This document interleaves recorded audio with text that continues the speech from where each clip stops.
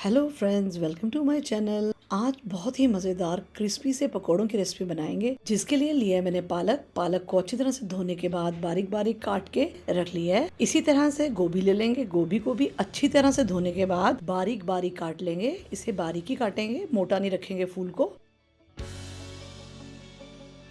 अब एक आलू और एक प्याज ले लेंगे। उनका छिलका उतार के पानी में भिगो के रख देंगे।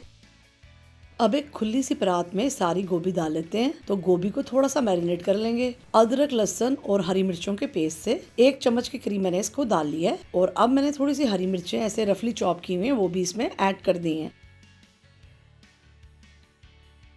तो इस गोभी की मैरिनेशन में अब हम बेसिक मसाले भी ऐड कर लेते हैं, जैसे कि नमक, मिर्च, हल्दी, चिली फ्लेक्स, साबुत जीरा, साबुत धनिया, अजवाइन और साथ में मैंने इसमें डाली हुई है हींग। हींग और अजवाइन डालना बहुत जरूरी है, क्योंकि जो गोभी होती है वो थोड़ी बाई होती है। और साथ में मैंने इसमें भुना हुआ घर का जीरा पाउडर, और साथ में जीरे के साथ मैंने धनिया पाउडर भी डाला है, जो हमने घर में पीस के रखा है। तो अब हम इसको अच्छी तरह से गोभी में मिक्स कर लेते हैं और इसको थोड़ी देर के लिए ऐसे छोड़ देंगे। मसालों के साथ ही गोभी को अच्छी तरह से मिक्स कर लेते हैं।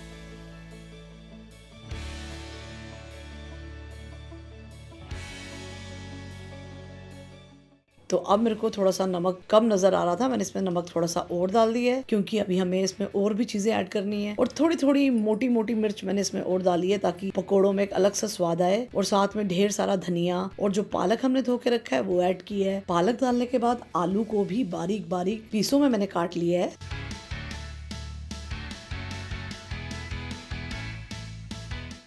इसी तरह से जो प्याज है उसको भी मैंने लंबा लंबा बारीक बारीक काट लिया है। जितनी बारीक सब्जियां हम पकोड़ों में डालेंगे, हमारे पकोड़े जल्दी तैयार होंगे। अब इन सारी सब्जियों को पहले तो हम मसालों के साथ ऐसे ही मिक्स कर लेते हैं। तो मिक्स करने के बाद अब मैंने इसमें 1 कप डाला है बेसन और आधा कप डाला है चावलों का आटा। अब सब्जियों को बेसन और चावलों के आटे के साथ अच्छी तरह से हम मिक्स करेंगे। पानी का हम बिल्कुल यूज नहीं करेंगे, क्योंकि इन सब्जियों में ऑलरेडी बहुत पानी है। ना ही इन पकोड़ों में हम बेकिंग सोडे का इस्तेमाल कर रहे हैं। जितना अच्छा हम इसको गूंदेंगे उतने ही हमारे पकोड़े अच्छे, फ्लफी और सॉफ्ट बनेंगे। तो ये देखिए, मैंने इनको अच्छी तरह से मिक्स कर लिया है। और ये देखिए, इनकी जो बाइंड आप देखें कितनी अच्छी है। पानी की तो बिल्कुल जरूरत नहीं पड़ी है। तो अब हम क्या करते हैं कि गैस पे कढ़ाई चढ़ा लेते हैं। उसमें डालेंगे हम ऑयल। आप चाहें तो सरसों का तेल भी डाल सकते हैं, रिफाइंड ऑयल भी डाल सकते हैं। अब हमारा तेल काफी अच्छी तरह से गर्म हो गया है। तो अब हम गैस को स्लो कर देंगे और जितनी कैपेसिटी है हमारी कढ़ाई की, उसी के हिसाब से हम पकोड़े इसमें डालेंगे। और एकदम इसको हम बिल्कुल हिलाएंगे नहीं। इसको हम ऐसे ही पकने देंगे। तो थोड़ी देर के बाद इसको हम थोड़ा सा हिलाएंगे। जो पकोड़ा हमें नजर आ रहा है कि थोड़ा थोड़ा फ्राई हो रहा है, उसको हम जल्दी निकाल लेंगे टिश्यू पेपर पे। और इसी तरह से सारे पकोड़े हम बनाते जाएंगे। तो हमारे जो पकोड़े हैं वो बहुत जल्दी बन के तैयार होंगे, क्योंकि इसमें जितनी भी हमने सब्जियां इस्तेमाल की हैं उनको हमने बारीक काटा है। बारीक काटने से एक तो हमारे पकोड़े बहुत ही क्रंची बनेंगे और साथ में ये जल्दी फ्राई होंगे। ये टाइम भी ज्यादा नहीं लेंगे।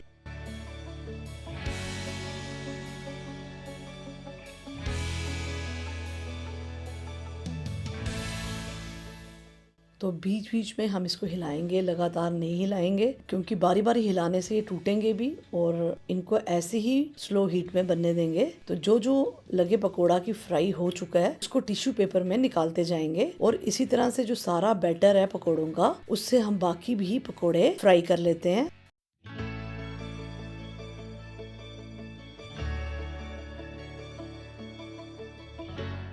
चावलों का जो अपने आटा डाला है, उससे हमारे पकोड़े बहुत ही क्रिस्पी बने हैं।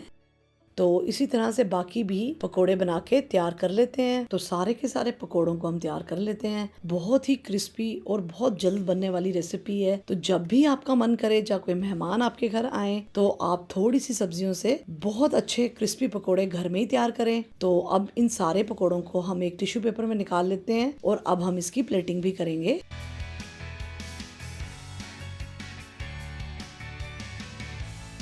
तो तो अब इन पकोड़ों को और भी टेस्टी बनाने के लिए सारे पकोड़ों में हम चाट मसाला डाल लेते हैं और साथ में इसको और भी टेस्टी बनाने के लिए मैंने इस पे वेज मेयोनीज और hot and sour tomato sauce जो आती है उससे इसको डेकोरेट किया है। तो आप यकीन मानिए कि आपको इस कॉम्बिनेशन के साथ किसी भी चटनी की जरूरत नहीं पड़ेगी। ये बहुत टेस्टी और बहुत ही क्रंची पकोड़े बनके तैयार हुए हैं।